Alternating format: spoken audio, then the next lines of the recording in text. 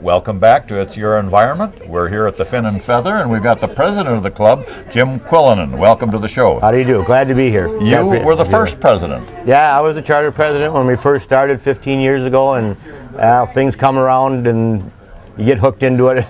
That must have been quite a conversation where a few people got together and were just talking about fishing and the environment and decided to improve it. It was. We were getting a little bit older, and we said that we want to give something back. We've been taking all our lives, you know, fishing and hunting, take, and we said it's time to, you know, start rebuilding this, keep it going, and things fell into place, you know, and we said let's start this club, and it started, and not long after that the club property that we have now came available, and it just steamrolled like a... Well, we all have sat around with groups talking about the good old days, but you people have done something about the good old days. I have it on pretty good authority that the good old days on this particular waterway might be right now. Well, it could be. Things are getting better out there in every fashion. I think it's probably the best waterway system we've had in years. DNR has been working very hard. Our organization has worked. The marsh that we manage is like a sponge, and it cleans the water. We're seeing a lot better water quality. We're seeing an improvement in the ducks.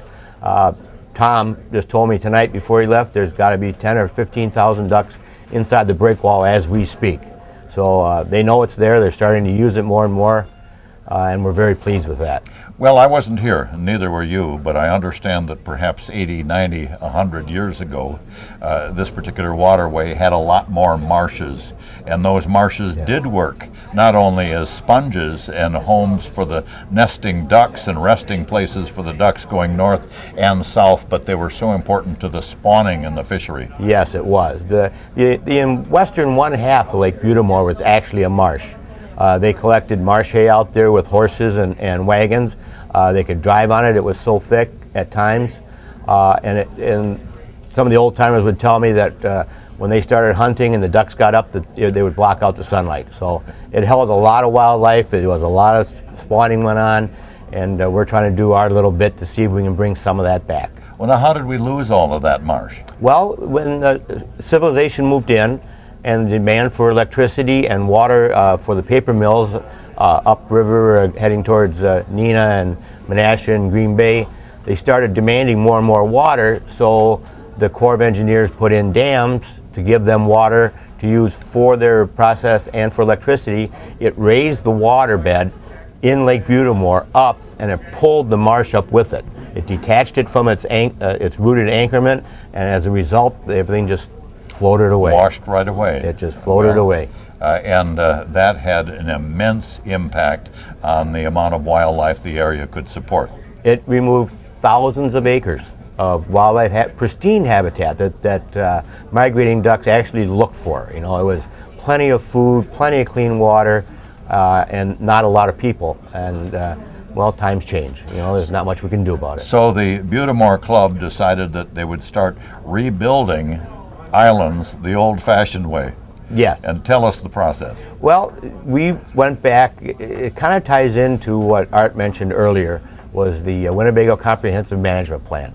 And one way that they determined through their studies that we could bring back some of the marsh was to put in a break wall that would separate a portion of the lake from the commonly used boating traffic, the carp that are in there in the system now, and large wind fetches.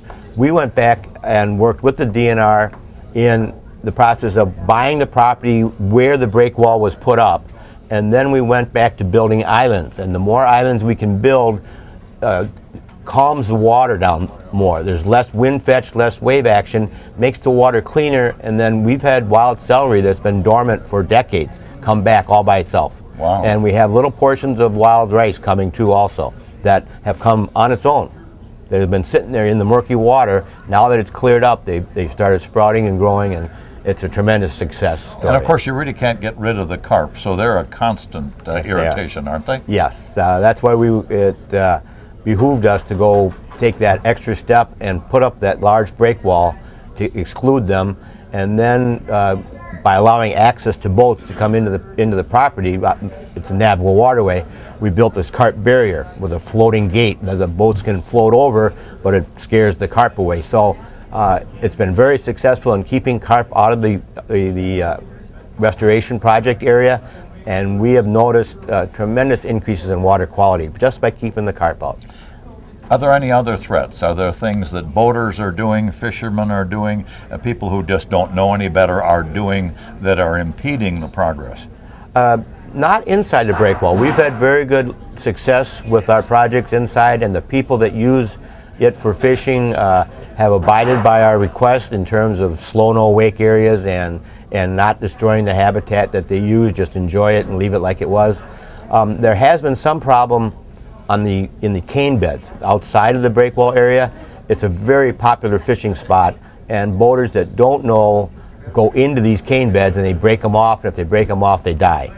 So we've also worked on projects where we've posted all these cane beds, asking them, that they can fish them, but just keep your boat outside of them. And we don't have any data yet that we can report on, but it appears, or it looks as though the cane beds are recovering a little bit, just by having the boaters not go into them. I meet a lot of people like you who are interested in putting something back, in making it better than they found it, in leaving something for their children and their neighbors' children, but most of them have kind of gray hair like you and I have. How is this club doing in getting some new blood? It's hard, but it's not impossible. It's hard to find people and focus them in that direction with all the new technology that's out today and all the different things to do. People are constantly hammered by the media on where they can go and what they can do and how much fun they can have. So it's hard. We're developing projects where we plan to start working closer with the schools and getting in there when the children are younger, get them out there on field trips, let them experience tadpoles and pollywogs and stuff like that. So the more we encourage that kind of activity, we feel we're going to have a greater success in getting more people involved in the organization. Well, more power to you. I had tickets tonight for this banquet, and I had tickets for the Final Four party at the university. My two teenagers chose the Final Four party, and my wife is coming here to get the great food at the Fin and Feather. Well, we certainly enjoy having you, George, you and your show and your staff.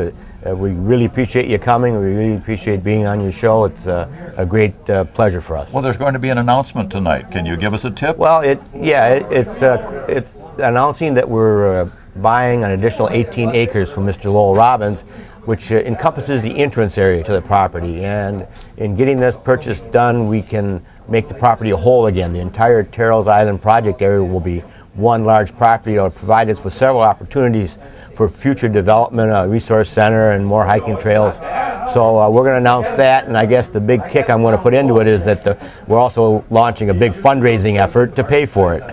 It costs money. Everything costs money. Yes. But the great thing about this group and about the conservation groups across the country, they're almost all volunteers, people who aren't doing it for a buck. In fact, they're doing it at a sacrifice. They could be fishing instead of shoveling. You're right, and we're always amazed by the people that we do get to come out to our projects when we have plantings going on or cleanups going on. They could be doing a lot of other things, like you say, but they come and they work very hard, and we really appreciate their participation. How about Jim Quillinan? Is he good for another 15 years? He's good for as long as he can keep ticking. Congratulations. Thank you, George.